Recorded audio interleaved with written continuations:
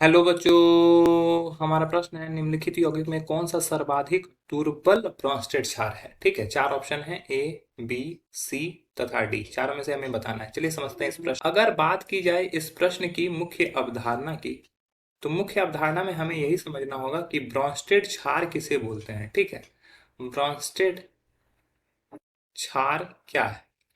ब्रोंस्टेट क्षार उसको बोलते हैं जो आसानी से H+ आयन ग्रहण करे, जो आसानी से H+ आयन ग्रहण करे। ठीक है, जैसे हमारा हो गया NH3, इसमें H+ आयन अगर ये ग्रहण करेगा तो ये NH4+ बन जाएगा। तो ये क्या है, एक तरह का ब्रोंस्टेट क्षार है। ठीक है, अब देखो सिंपल सा चीज समझो। वाटर के साथ भी ये होता है, वाटर पे H+ आयन जोड़ेंगे तो ये H3O+ बन जाएगा। ठीक है, तो ब्रोंस्टेट क्षार जो होता है व्युत्क्रमानुपाती होता है इलेक्ट्रॉन ऋणी तत्व के।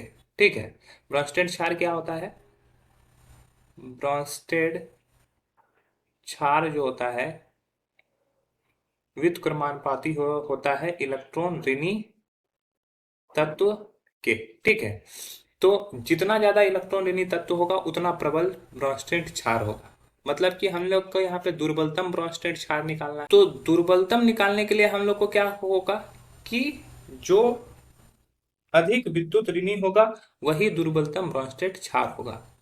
दुर्बलतम ब्रोंस्टेट क्षार अगर हम लोग को निकालना है, ब्रोंस्टेट क्षार, तो उसका मतलब हो गया कि ऋणी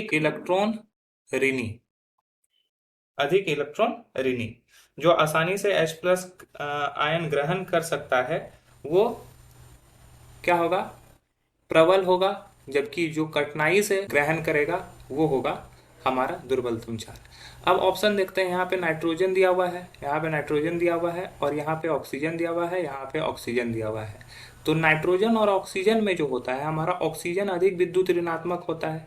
तो अधिक विद्युत इलेक्ट्रॉन ऋणी हम लोग को चाहिए, तो अधिक विद्युत ऋणात्मक जो होगा वो अधिक वो होगा दुर्बलतम ब्रोंस्टेट क्षार होगा।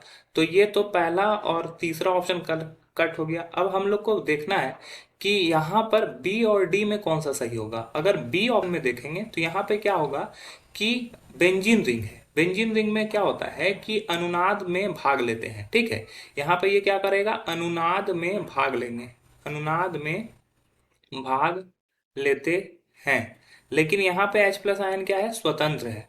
तो यहाँ पे अगर स्वतंत्र है तो ये आसानी से H+ आयन ग्रहण कर सकता है, जबकि इसको कठिनाई होगा।